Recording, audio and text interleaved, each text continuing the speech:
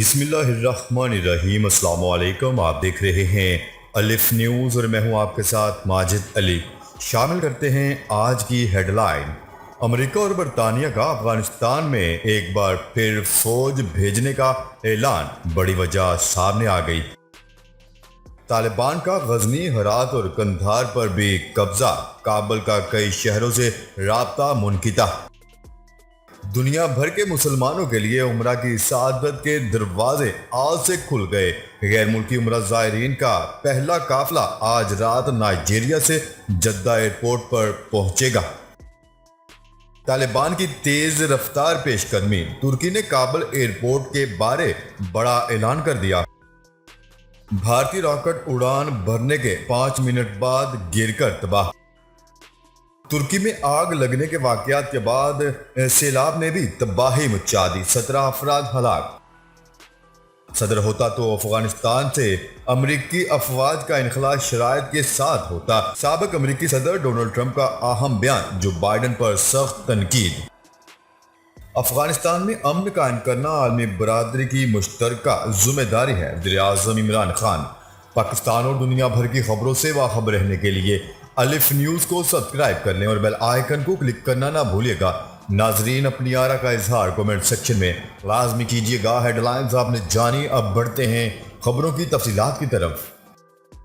امریکہ نے افغانستان سے اپنے سفارتی عملے اور شہریوں کو نکالنے کے لیے کابل ایئرپورٹ پر 3000 فوجی تعینات کرنے کا فیصلہ کر لیا۔ امریکی فوجیوں کی تعداد سے متعلق امریکی محکمہ دفاع نے بھی تصدیق کر دی۔ امریکی فوجی 24 سے 48 گھنٹے میں ذمہ داریاں سنبھال لیں گے۔ ترجمان پینٹاگون جان کربی کا کہنا ہے کہ پہلے مرحلے میں افغانستان میں 3 انفینٹری بٹالینز کو بھیجا جائے گا۔ 2 دن میں امریکی فوجی دارالحکومت کابل پہنچ جائیں گے۔ رپورٹس کے مطابق برطانیہ بھی اپنے شہریوں کو نکالنے کے لیے 600 فوجی اہلکار افغانستان میں تعینات کرے گا۔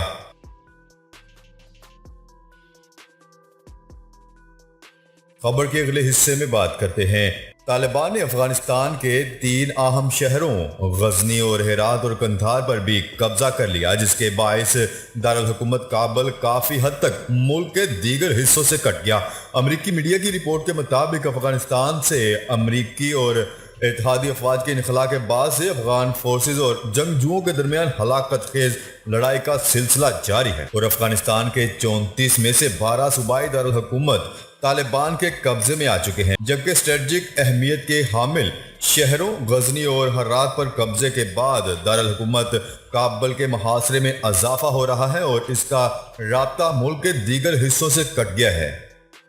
افغان حکام کے مطابق طالبان نے افغانستان کے تیسرے بڑے اور اہم شہر ہرات کے گورنر ہاؤس اور پولیس ہیڈ کوارٹر پر مکمل کنٹرول حاصل کر لیا، جبکہ شمال مغربی صوبے بادغیس کے دارالحکومت قلعہ نوائے پر بھی طالبان قابض ہو چکے ہیں۔ طالبان کے ترجمان اپنی ٹویٹ میں Ghazni governor house, police headquarter اور جیل پر کنٹرول کی خبریں جاری کر چکے۔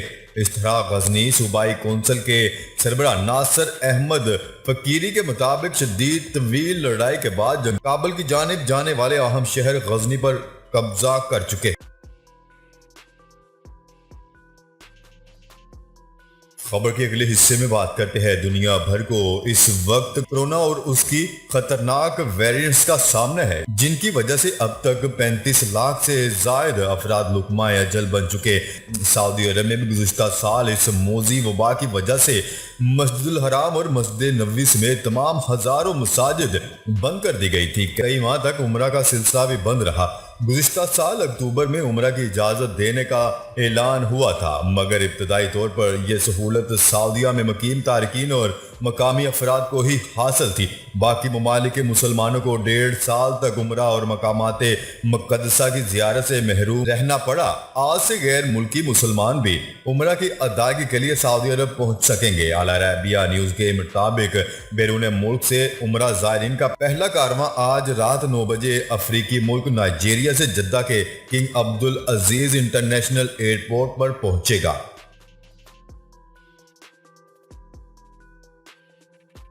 خبر کے اگلے حصے میں بات کرتے ہیں۔ افغانستان سے امریکی و نیٹو افواج کے انخلاء سے قبل ہی ترکی کی طرف سے